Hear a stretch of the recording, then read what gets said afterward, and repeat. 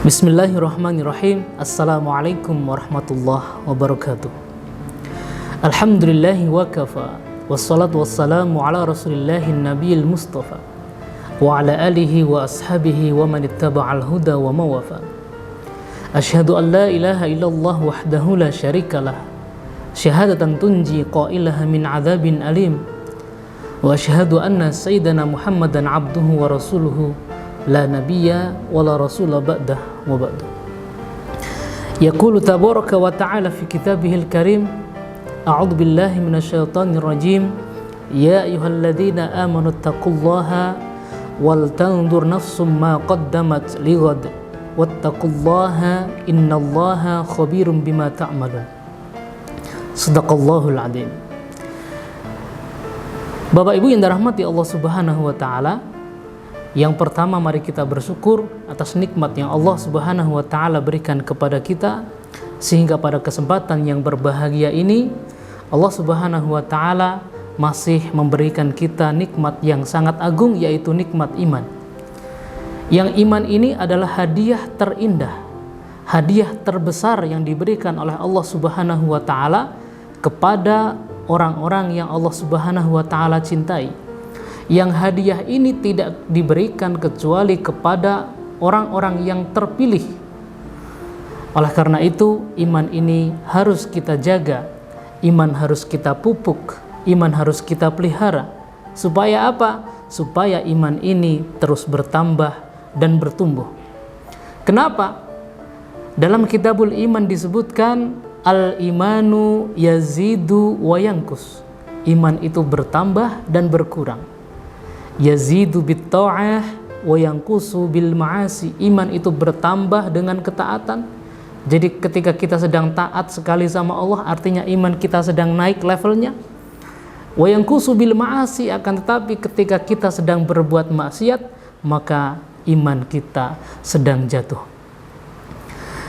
Bapak Ibu yang dirahmati Allah Subhanahu wa taala, hati kita ini berada di antara dua jemari Allah Subhanahu wa taala. Maka kapanpun Allah Subhanahu wa ta'ala membolak-balikkan hati kita, fa asbaha mu'minan, maka boleh jadi pagi hari kita beriman, dekat sekali, taat sekali kepada Allah Subhanahu wa ta'ala, wa amsa kafiran, tapi sore harinya Allah balikkan hati kita menjadi kafir. Na'udzubillahi min dzalik. Wa amsa mu'minan, atau boleh jadi sore hari kita beriman kepada Allah Subhanahu wa taala, khusyuk sekali dalam sholat kita, dalam doa kita, menunjukkan kedekatan kita, kecintaan kita kepada Allah Subhanahu wa taala. Wa asbaha kafiran, tapi besok paginya, pagi harinya jatuh dalam kekafiran. Nauzubillahi min dzalik. Oleh karenanya Nabi SAW mengajarkan kita untuk senantiasa berdoa, Allahumma ya muqallibal qulub tsabbit qalbi ala dinik. Ya Allah yang membolak-balikkan hati kami, wahai zat yang membolak-balikkan hati, teguhkan hati kami di atas agamamu.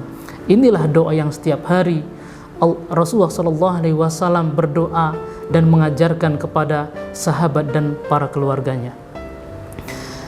Tidak lupa kita sampaikan salawat salam kepada Nabiuna Muhammad SAW, Nabi yang kita cintai. Mudah-mudahan Nabi juga mencintai kita, menghimpun kita dalam golongan orang-orang yang masuk surga tanpa hisab bersamanya.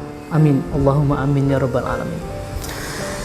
Bapak Ibu yang dirahmati Allah Subhanahu wa taala, terlebih dahulu kita sebagai orang tua tentu bangga dan mendambakan hadirnya seorang anak, yang mana anak ini adalah anugerah dari Allah Subhanahu wa taala diberikan kepada manusia. Akan tetapi Allah Subhanahu wa taala menjadikan anak ini beberapa tipikal yang disebutkan di dalam Al-Qur'an. Di antaranya tipikal yang pertama adalah anak sebagai penyejuk jiwa dan pemimpin orang-orang yang bertakwa. Ini adalah tipikal yang tertinggi, tentu yang menjadi dambaan setiap umat manusia, orang-orang yang beriman. Jangankan kita, para nabi, orang-orang soleh juga mendambakan memiliki, dikaruniai, dianugerahkan seorang anak yang soleh. Mengapa? Karena anak yang soleh adalah investasi akhirat kita. Tidak hanya di akhirat, bahkan juga di dunia dan di akhirat. Dalam doanya para orang-orang hamba Allah, ibadur rahman, disebutkan dalam Al-Quran surat Furqan surat 25 ayat 74, Rabbana hablana min azwajina wa dhurriyyatina qurrata a'yun waj'alna lil muttaqina imama. Wahai Rabb kami, wahai Tuhanku, anugerahkanlah kepada kami istri-istri kami dan keturunan-keturunan kami sebagai penyenang hati kami, dan jadikanlah kami imam bagi orang-orang yang bertakwa. Lebih dari itu, doanya Nabi Ibrahim alaihissalam, apa kata beliau? Rabbi ja'alni muqimas sholati wa min dzurriyyati rabbana wa taqabbal du'a. Nabi Ibrahim berdoa kepada Allah Subhanahu wa taala agar diberikan kepadanya dan keturunannya menjadi orang-orang yang ahli sholat. Dan Nabi Ibrahim juga berdoa dalam kesempatan yang lainnya sebagaimana doa Zakaria, Rabbi habli min ladunka dzurriyyatan thayyibatan innaka sami'ud du'a. Inilah diantaranya kenapa anak soleh itu menjadi dambaan setiap orang yang beriman. Kemudian tipikal yang kedua adalah anak sebagai perhiasan kehidupan dunia. Sebagaimana yang difirmankan oleh Allah Subhanahu wa taala, al-malu wal banuna zinatul hayatid dunya wal baqiyatus salihatu khairun 'inda rabbika thawaban wa khairun amala. Harta dan anak-anak adalah perhiasan kehidupan dunia, tetapi amalan-amalan yang kekal lagi soleh adalah lebih baik, lebih utama pahalanya di sisi Tuhanmu, serta lebih baik untuk menjadi harapan. Surat Al-Kahfi surat 18 ayat 46. Tentu perhiasan dunia ini juga didambakan oleh setiap umat manusia. Akan tetapi dalam tipikal ini banyak sekali godaan-godaan dan cobaan, sebagaimana tipikal yang ketiga, yaitu anak sebagai ujian dan fitnah.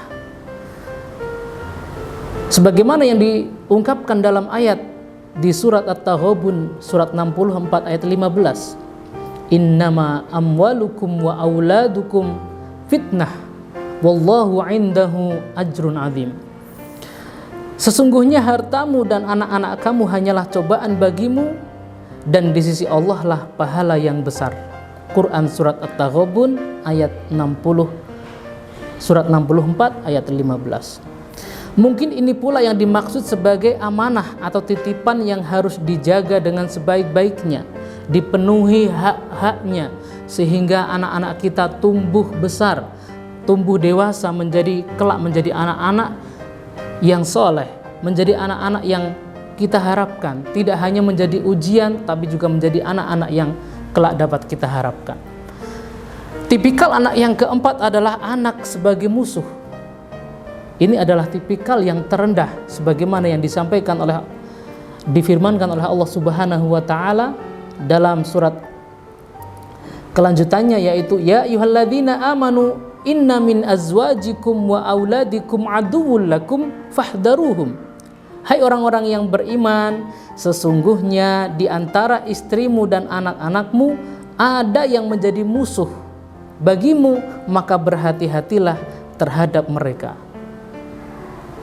Bapak Ibu yang dirahmati Allah Subhanahu wa taala, tentu dari keempat tipikal anak ini yang paling kita harapkan adalah tipikal yang pertama. Bagaimana anak-anak kita, anak-anak yang kita kandung selama 9 bulan, kemudian dilahirkan, dibesarkan, dididik, disekolahkan menjadi anak-anak yang soleh, menjadi pemimpin bagi orang-orang yang bertakwa.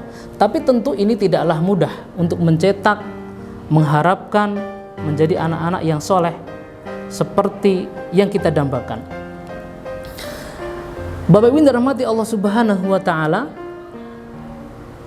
tidak semua apa yang kita harapkan kemudian berjalan dengan mulus.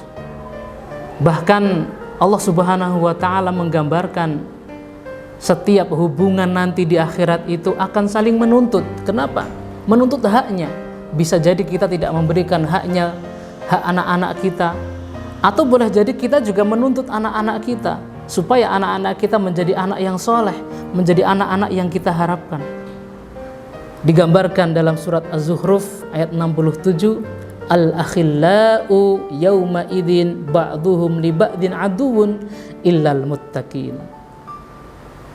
Semua hubungan pertemanan, persaudaraan, hubungan antara atasan dan bawahan, hubungan antara anak dengan orang tua, hubungan suami istri, yauma idzin pada hari kiamat, ba'duhum li ba'din, satu sama lain, aduun akan saling bermusuhan, menuntut, saling menyudutkan, kecuali illal muttaqin, kecuali orang-orang yang beriman. Bapak Ibu yang dirahmati Allah Subhanahu wa Ta'ala, karena itu anak adalah investasi di dunia dan di akhirat. Oleh karena itu, maka mari kita siapkan anak-anak kita menjadi anak-anak yang terbaik, anak yang kita lahirkan, kita besarkan menjadi anak-anak yang kita banggakan. Anak-anak kelak di akhirat nanti menjadi anak-anak yang dapat menyelamatkan kita masuk ke dalam surga. Anak-anak yang dengan doanya, dengan istighfarnya, kemudian dapat mengampunkan dosa-dosa kita. Sebagaimana yang difirmankan, yang disabdakan oleh Nabi SAW, yang diriwayatkan oleh Muslim, idza matal insanu in qata'a amaluhu illa min thalathin. Jika Ibnu Adam, jika manusia telah mati, maka terputuslah semua amalnya. Salatnya kalau sudah mati terputus. Umrohnya kalau sudah mati tidak bisa dilakukan lagi. Hajinya kalau sudah meninggal tidak bisa berangkat haji lagi. Kurbannya kalau sudah meninggal tidak bisa berkurban lagi. Illa min salasatin, kecuali ada 3 amal. Yang pertama adalah min sodakotin jariyatin, sodakoh jariyah yang diberikan, yang dikeluarkan, mengeluarkan hartanya untuk sodakoh jariyah. Wa ilmin yuntafa'u bihi, dan ilmunya yang kemudian bermanfaat untuk kehidupan manusia. Dan tentunya adalah waladin solihin yad'u lahu, anak-anak yang soleh yang senantiasa mendoakan kedua orang tuanya. Bapak Ibu yang dirahmati Allah Subhanahu wa Ta'ala, juga Nabi SAW bersabda, sesungguhnya Allah Subhanahu wa Ta'ala akan mengangkat derajat seorang hamba yang solih di surga. Kemudian orang tuanya itu terheran-heran, orang tersebut terheran-heran. Kemudian dia berkata, wahai Rabbku, bagaimana hal ini bisa terjadi kepadaku? Maka Allah Subhanahu wa Ta'ala menjawab, hal itu dikarenakan doa yang dipanjatkan oleh anakmu, agar Allah Subhanahu wa Ta'ala mengampuni dosa-dosamu. Waladuka istaghfarolaka, anak-anakmu yang berdoa terus-menerus supaya dosa-dosamu diampunkan oleh Allah Subhanahu wa Ta'ala. Bapak Ibu yang dirahmati Allah Subhanahu wa Ta'ala, orang tua siswa SD Muhammadiyah Klaten Utara, oleh karena itu mari kita siapkan anak-anak kita menjadi anak-anak yang dapat memberikan kepada kita, yang dapat menjadi investasi terbaik nanti di akhirat. Anak-anak yang kita lahirkan, anak-anak yang kita besarkan, anak-anak yang kita didik, kemudian menjadi anak-anak yang dapat menjadi penyebab di antara sebab-sebab kita masuk ke dalam surganya Allah Subhanahu wa Ta'ala. Adapun hak-hak anak yang harus kita penuhi sebagai orang tua, insya Allah akan kita sampaikan pada kesempatan yang akan datang. Demikian yang dapat saya sampaikan, mudah-mudahan bermanfaat. Wassalamualaikum warahmatullahi wabarakatuh.